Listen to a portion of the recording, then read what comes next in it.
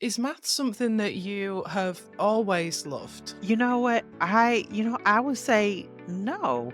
I believe accounting, it's not about math. Accounting is about what does the numbers tell you? Start looking at your bank account twice a week. Go into your bank account, look at the balance. Okay, the balance is 500. Say, you know that your weekly, your monthly expenses is 5,000. Okay, if the balance is 500, that means I need to come up with at least 4,500 to say, okay, to keep us afloat for the month. But ask for help. Get your books in order in the early stages. The story for many business owners, when I look at the profit and loss statement, I can see, and even the balance sheet, I can see they're barely breaking even.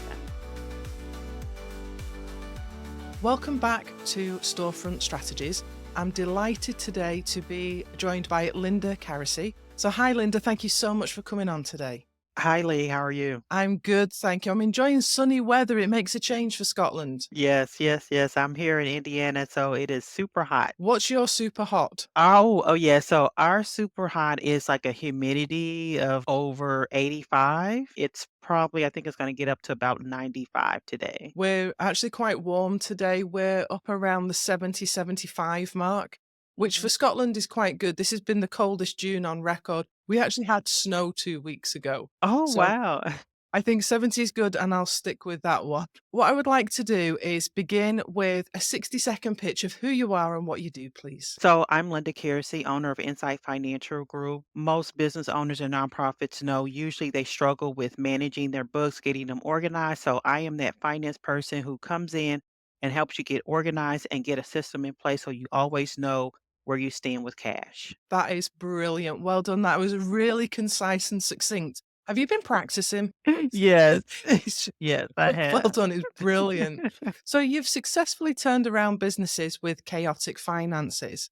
Can you share the initial steps that you take when approaching such a financial overhaul, and then what key strategies you implement to ensure long-term stability? So, what I usually do is I first learn how the organization works. So, what I mean by that, if it's a small business, how does the product or service get created? How is it delivered?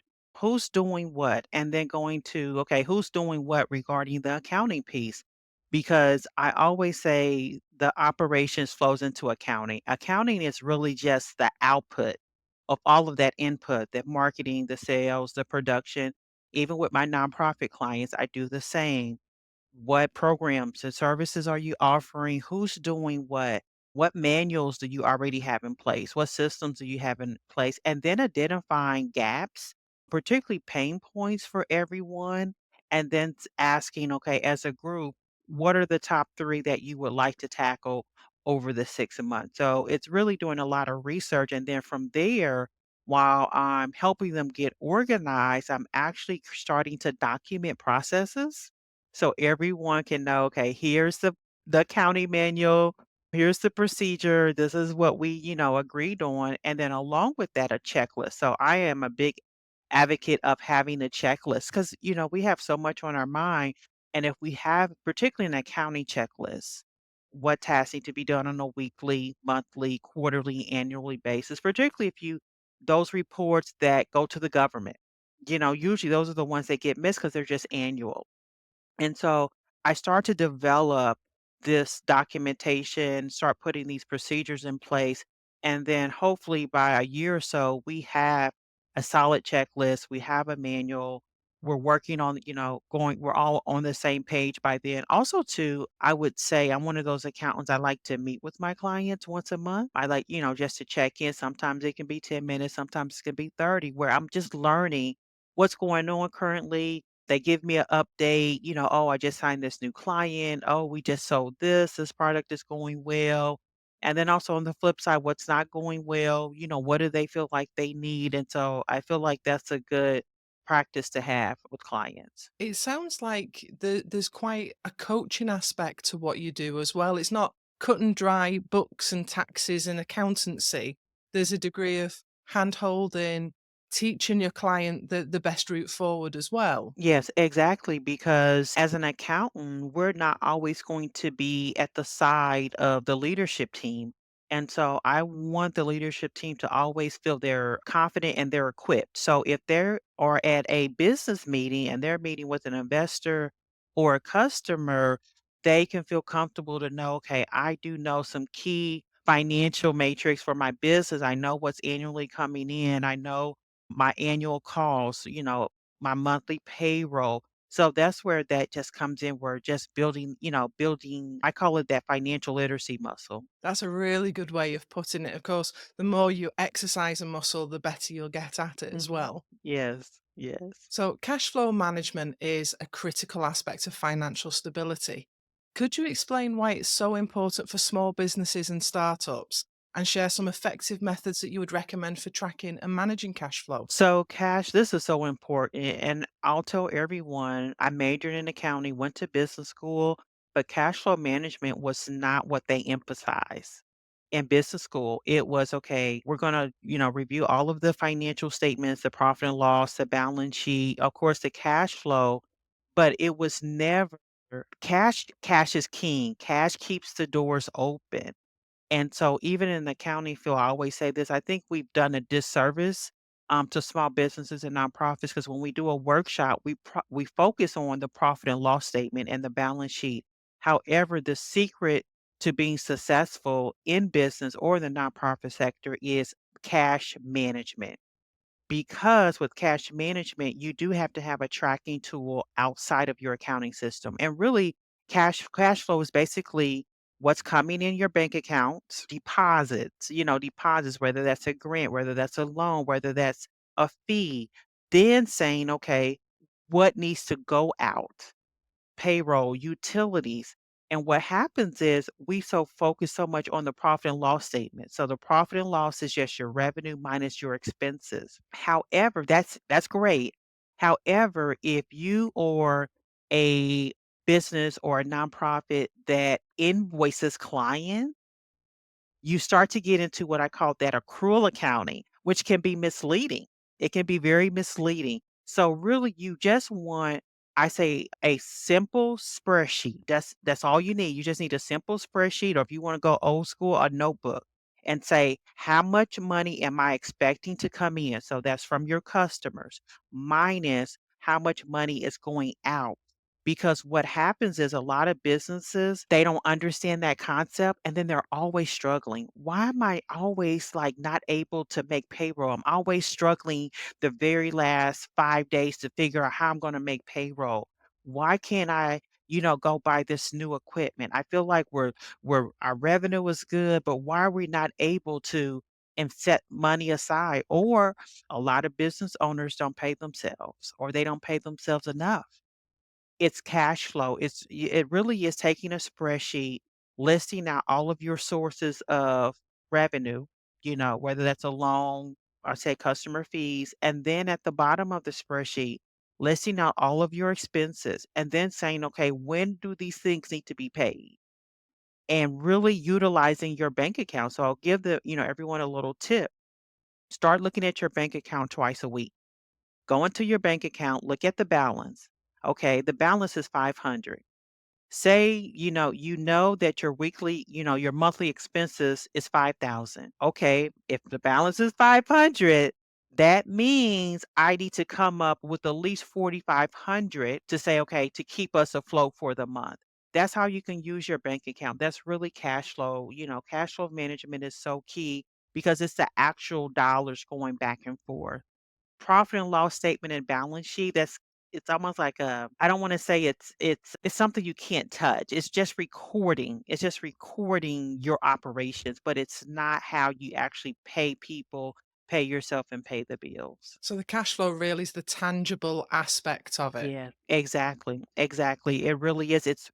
It's real, and that's a good word, tangible, because you can go to your bank account today and say, "What is my bank balance? My bank balance is 500. I know I need to pay myself, make payroll. If that's 3,000, I need to come up with another $2,700." So that's where you can utilize your bank account. Just I call it simple math, but I know for some people that, it may not be the case, but you know, use a method that fits you. As long as you're using understanding cash flow, what's coming in, your source, and then what needs to go out, and look at the timing.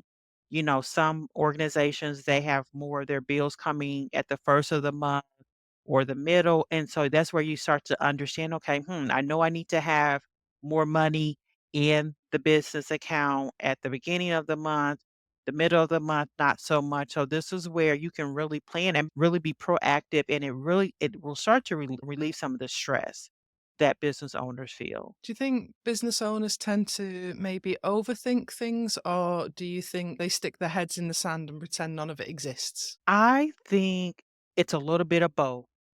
We stick our head in this. I relate it to, when we know we go to the doctor and the doctor tells us, okay, our blood pressure is high, you have this, and we probably already know before we go there. We're just like ignoring the signs.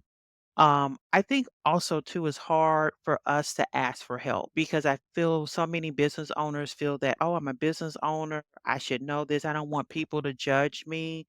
I think that's also the case. And I think also case our personal finance habits flow into our business.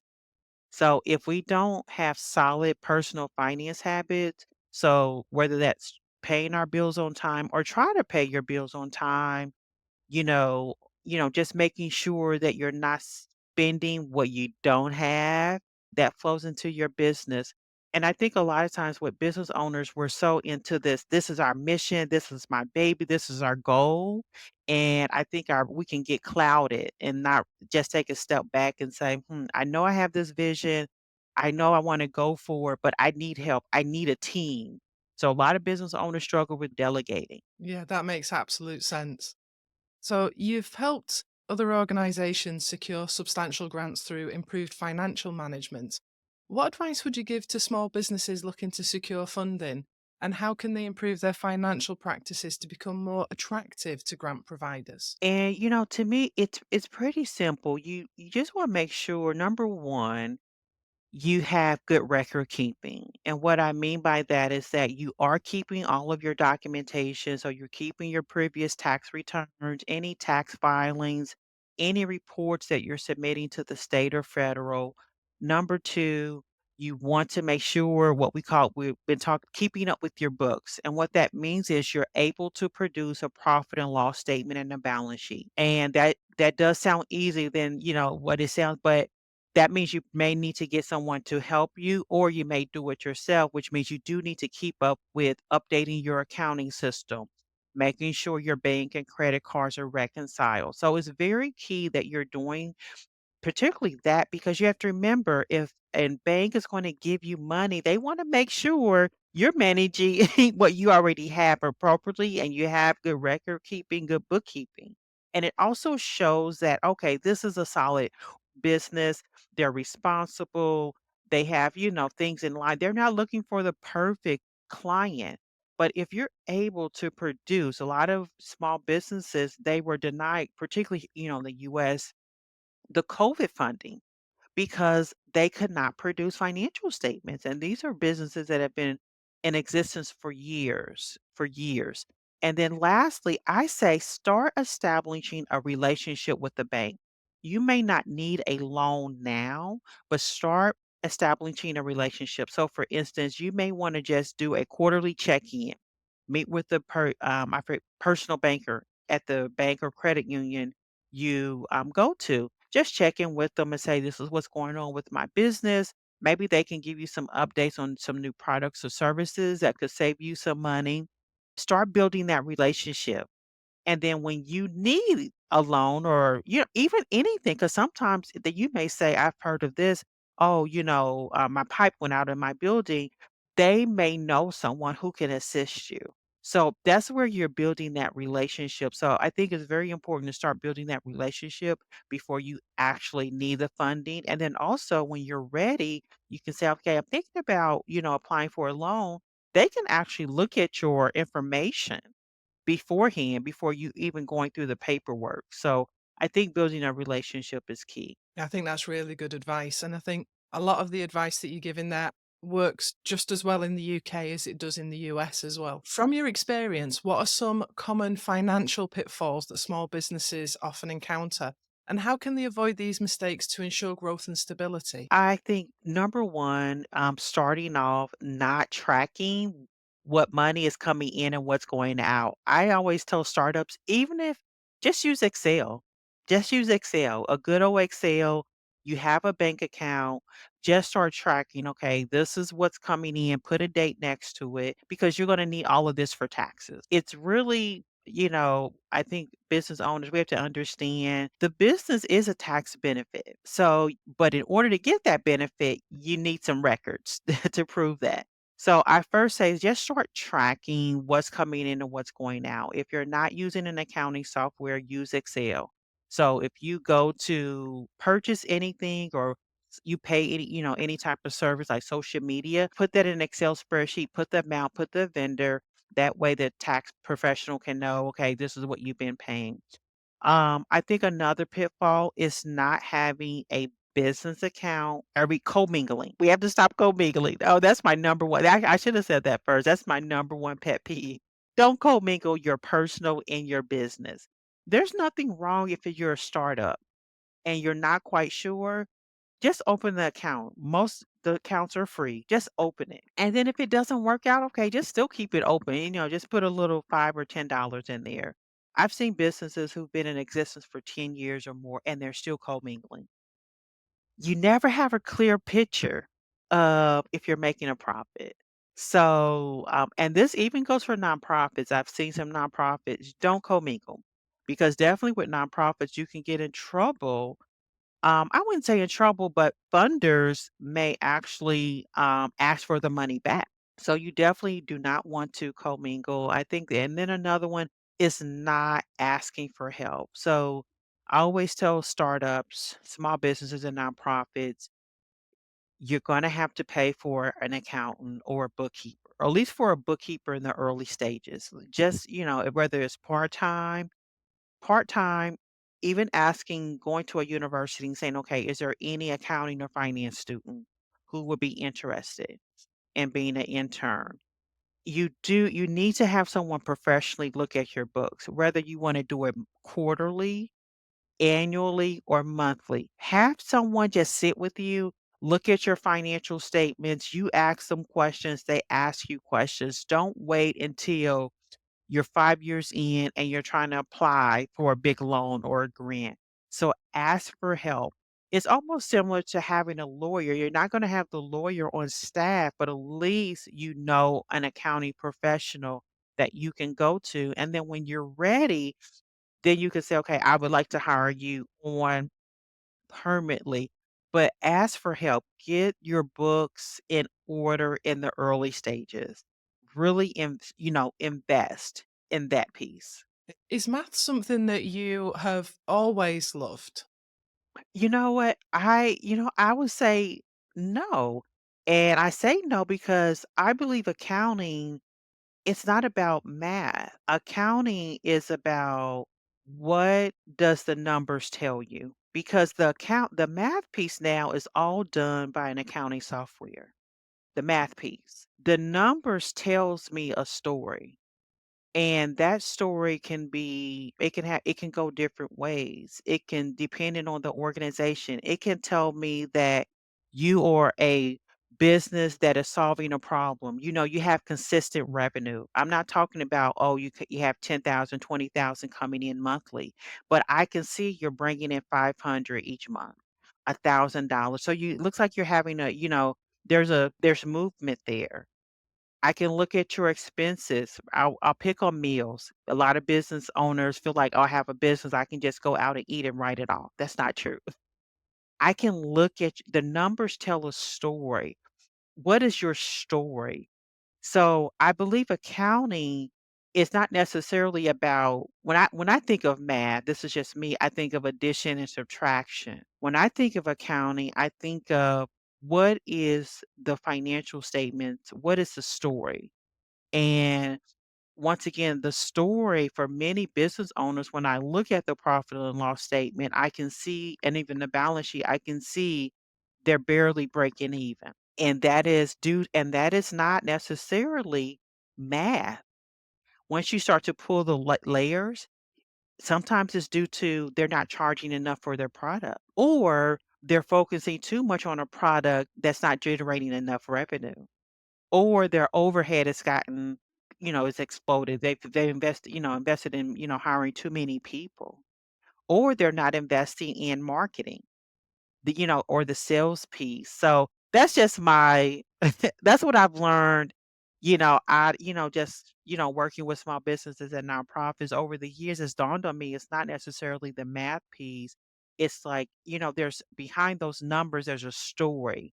And if a business owner comes to me and says, okay, I'm not able to generate enough revenue, it's usually one of those reasons. Like they don't, I'm not good even with my own business, I have to work on marketing and sales or identifying the product, what product is generating, or it could also be the price. So I think it's probably fairer to say that um, you're a data detective because the data doesn't lie. Yeah, yeah, exactly. Yeah, the data does not lie. And I think sometimes that's why we don't look at our finances, because if we look at our, bank account, particularly, and say, I'm in a business owner and I only got $500. I got 10 people on payroll. I got my own family. The numbers don't lie. So what do we I call pull back, pull the onions back. What do we need to work on? Do we need to go back and the drawing board and look to say, okay, are we targeting to our target customer? Are we networking, those type of things. But yeah, the data does not lie. I think as well, we have to be prepared to get uncomfortable and ask the difficult questions. I Yeah. know with my own business, we had a situation where we couldn't really work out why there wasn't enough cash left at the end of the month to do what we thought we wanted to do, or to meet our obligations, because we thought, well, we had this profit margin. So we sat down, we worked it all out, and actually we had a much smaller profit margin once we counted everything in. But we had to have that, "Oh dear" moment of going, Yeah. You need to look at this, Yeah. and then we need to deal with it, because if we don't, we won't have a business at the end of it." Mhm. Yep, exactly. And I think that's what everyone has to do. We have to have this moment of, wow, I we did this. It was probably a mistake. It was a mistake. Now, what's our plan going forward? Even for my business, I've went through the same thing. I'm now learning that I'm always going to have to market because not everyone understands what, a fractional CFO does. And so I'm always going to have to educate, always market. What is a fractional CFO? And you're right. And that's where, I've had those moments too, like, I did not keep up with, my marketing campaign. Yeah, it can be difficult. I think part of it as business owners is we wear so many hats, Hmm. or we spin so many plates. It can be quite difficult to keep up with all of them, and occasionally one falls and you go, "Oh dear." Yes. Hmm. Yes. Yes. Yes. And you're right. We wear so many hats. And I think what happens is we say we're business owners, but a lot of us are actually just employees. And so I think we have to have that, some people recommend taking an hour a day just working on your business, actually being the business owner. And I think that's where we struggle, that fine balance. We're still doing the actual work, but we let the business owner duties, tasks just sit aside because we got to get the product, we got to get the service out. So, yes, we wear many, many different hats. So if there was one thing that you could say to somebody that's looking to start a business, something that maybe you know now that you didn't know before, what would you say to them? I would say you do not have to say yes to every opportunity. So, starting up, people are going to say you need to hire a social media person, you need a marketing plan. You have to pay someone to do your website. And I'm talking from experience because I did all of this. Work with what you have, work with the free tools first, save some money, invest in a good website. Once you save up a good, I'm talking in dollar terms now, 3,000 or so. but learn how to say no. You don't have to jump into everything. So with your business, focus on one thing. Focus on that product because that's what's going to make you money. I remember somebody I was in a mastermind with said to me, focus, follow one course until successful. And it was like I'd been hit in the face with a fish. It was like, that is so true because I think as business owners, we quite often struggle with shiny object Yes. syndrome that we're Mhm. like, oh, that's exciting and disappear off in one direction, forgetting what we should actually be doing. Yes. Mhm. Yep, exactly. Focus on one thing because I struggle with that with when I first started my business, I was, just doing bookkeeping for everyone. And then I would, do some speaking engagements and some other things. And it just got overwhelming. But focus on one product and one service, get good at that. I would also add a bonus, get a mentor.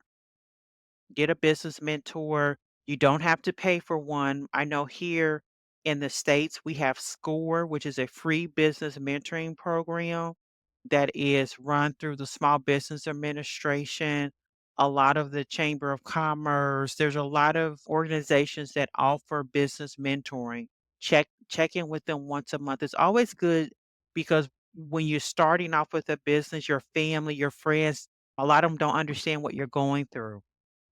And so it's good to talk to someone to get things off your chest, get new ideas, but I would say focus on one thing and then get a mentor where you can just talk and they can give you, some advice and you can bounce some ideas off of and just to have, just that one person you can talk to. Absolutely, couldn't agree more. So, what's the best way for people to connect with you? Yep, the best way is actually through LinkedIn, Insight Financial Group. I'm also on YouTube, also at Insight Financial Group. I do weekly videos, I do demos, sharing my screen with Excel and books, all that good stuff. So definitely LinkedIn is the best way to reach me. Brilliant. Thank you so much for taking the time out today to have a conversation. There's so much wisdom and so much value in there. It's just been absolutely brilliant. Thank you.